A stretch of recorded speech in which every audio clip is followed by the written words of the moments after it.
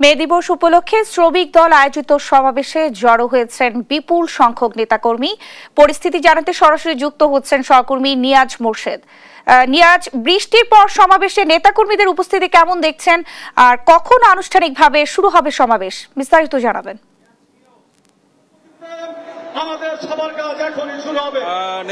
আজকে প্রায় দীর্ঘ 15 বছর পরে এই বিএনপি কিন্তু আসলে এত দ্বিধাহীন ভাবে এবং বাধাহীন ভাবে কিন্তু আজকের এই শ্রমিক সমাবেশ আয়োজন করেছে। এবং আপনি কিন্তু যেটা দেখায় ক্যামেরার মাধ্যমে আপনি দেখেন যে আসলে ইতিমধ্যে কিন্তু আপনার নয়াপল্টন যে কেন্দ্রীয় কার্যালয় থেকে শুরু করে কিন্তু আশেপাশের সমস্ত এলাকা কিন্তু আপনার প্রায় ইতিমধ্যে কিন্তু আসলে এই শ্রমিক দলের যেসব নেতাকর্মী রয়েছে তাদের অংশগ্রহণে ইতিমধ্যে কিন্তু আসলে একটা জনসমুদ্রে পরিণত হয়ে গেছে।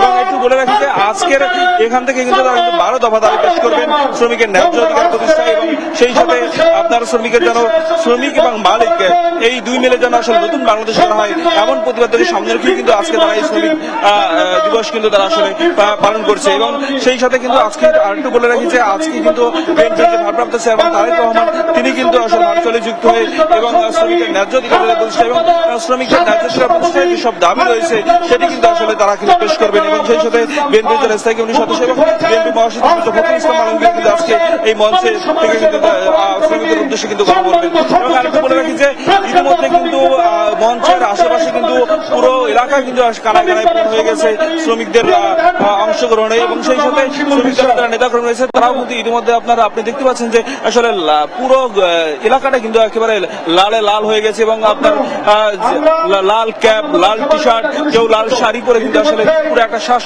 রথ কিন্তু এখানে কিন্তু আসলে বিরাজ করছে।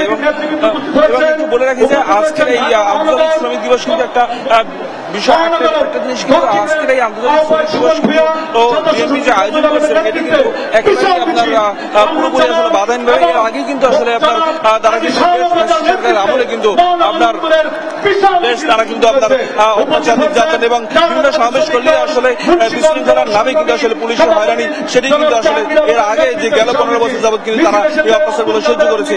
এবং এরপরে কিন্তু আপনার আজকে কিন্তু সেই বাধাহীন ভাবে এবং কোনো ধরনের কোনো আশঙ্কা থেকে কোনো শঙ্কা নেই এবং কোনো ধরনের কোনো একেবারেই আপনার ভয়হীন ভাবে কিন্তু আজকে কিন্তু তারা এই শ্রমিক সমাবেশ তারা আয়োজন করেছে। এই ছিল আমার কাছে রাজধানী নয়াপল্টন থেকে সর্বশেষ তথ্য।